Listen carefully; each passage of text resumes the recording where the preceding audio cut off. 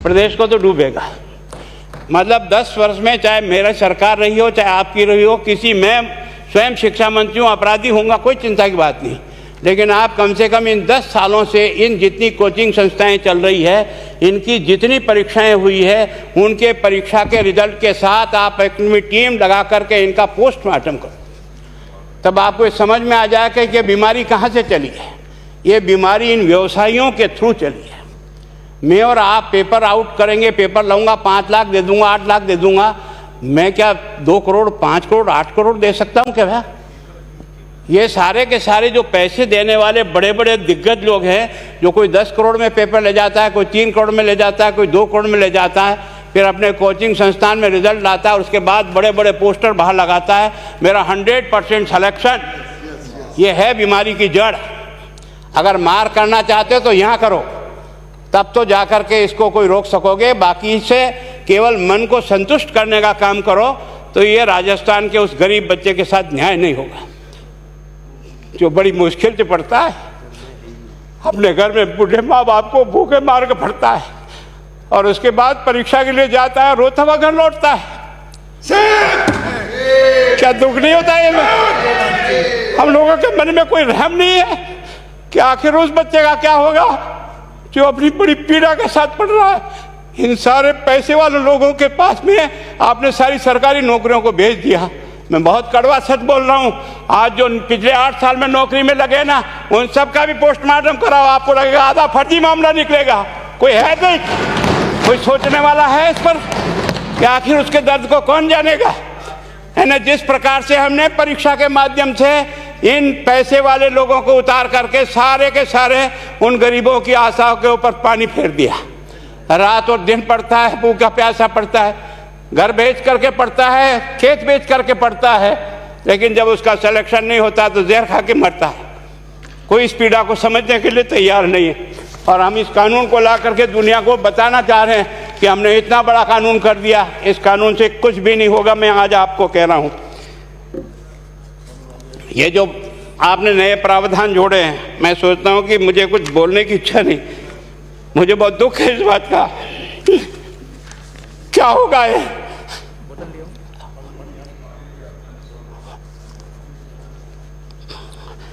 किस तरह की गैंग पालनी है हमने? पानी पिला दो है ना। मैं उस दिन भी पूछा था कि मैंने कहा ये शिक्षा संकुल पे है, जिन लोगों को ड्यूटी पे लगाया, इसको लगाने वाला दोषी कौन है, जिसके कारण से पेपर जो है ना काट करके निकाल दिया। ये तो ठीक है, भाग्य हमारा अच्छा था कि सवाई माधोपुर की घटना फूट गई और एसओजी को उसमें हाथ में लग करके कुछ केस लग गया। अगर वो केस नहीं लगता तो आज आपकी सारी नौकरी पर इन सब बड़े बड़े दलालों के स्कूल में पढ़ने वाले बच्चे होते और मेरा गरीब का बच्चा अपना घर लौट के जाता। क्या दुर्भाग्य है। और इस कारण से केवल इसके लिए खुश मत हो जाओ कि हमने कानून बहुत सख्त बना दिया इसलिए अपराधी रुक जाएगा। नहीं, सिस्टम को बदलना होगा, ये परीक्षा का सिस्टम चेंज करना होगा। मैं सोचता हूँ कि क्या हम इतने अक्लमंद बैठे हैं, क्या इस व्यवस्था को चेंज नहीं कर सकते? क्या एक ही पेपर हर राजस्थान में 20 लाख बच्चों को दिया जाए? क्या इसका कोई ऑल्टरनेट नहीं हो सकता? इसका ऑल्टरनेट सोचना चाहिए कि हम परीक्षा को टुकड़े टुकड़ों में कैसे कर सकते हैं। जिले के अनुसार पेपर नहीं, एक नहीं हम 25 पेपर बना सकते हैं। कौन से सेंटर पर कौन सा पेपर जाएगा कोई तय नहीं करेगा कौन सा जाएगा, और हम जो इच्छा होगी उस सेंटर पे वो पेपर भेजेंगे। और ये जितने भी प्राइवेट कॉलेजों में आपने सेंटर बना रखे उनको बंद करो, इनको तुरंत बंद करिए एक ऑर्डर से। जितने भी सरकारी विद्यालय है और सरकारी नौकर ही एग्जामिनर बनेगा और एग्जामिनेशन करेगा, तब तो आप इसको बचा पाओगे। ताकि आप और मैं कितने भी कानून बदल कर दें, आपका वो जांच करेगा, आपका वो अधिकारी आएगा।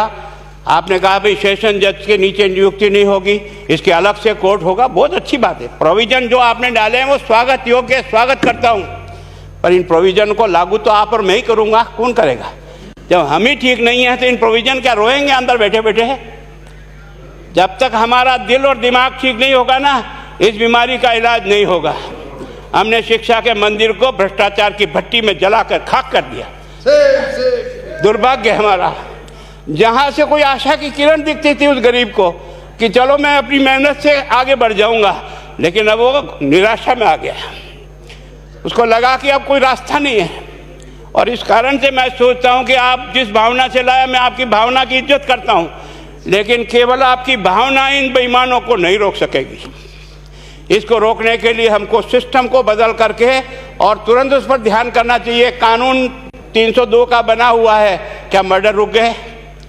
आप भी जान रहे हो, रोज के रोज पोक्सो कोर्ट में आजीवन कारावास हो रहा, क्या व्यभिचार रुक गया है? अपराधी को दंड मिल सकता है, अपराध बंद नहीं हो सकता है।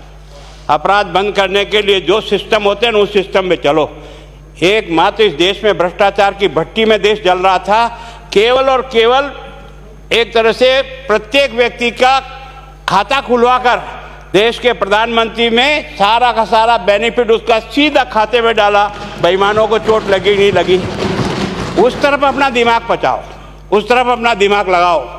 किस बीमारी का इलाज कहाँ है और कैसे हो, इस बारे में चिंता करने की कोशिश करो। मैं कई बार इधर सीकर और इधर गया तो मैं सोचता हूँ कोचिंग संस्थान की बिल्डिंग देखे ना तो टोपी गिर जाए नीचे से। क्या चीज़ है यार, भगवान ने क्या लक्ष्मी वहीं बरसाई है। और जो बाकी संस्थाएं, उसका कारण यह है कि हमने अपनी दुकान को इतनी कमज़ोर कर दी है कि जहाँ बच्चे अच्छी तरह से शिक्षा लेकर के हम जैसे गरीब पढ़ करके यहाँ आ गए, अब वो रास्ते नहीं हैं। और इस कारण से मेरी बहुत विनम्र प्रार्थना है, इस बीमारी का इलाज चाहिए बच्चे को, कानून से नहीं होगा, कानून के अलावा होगा, और उसमें आप करें। धन्यवाद।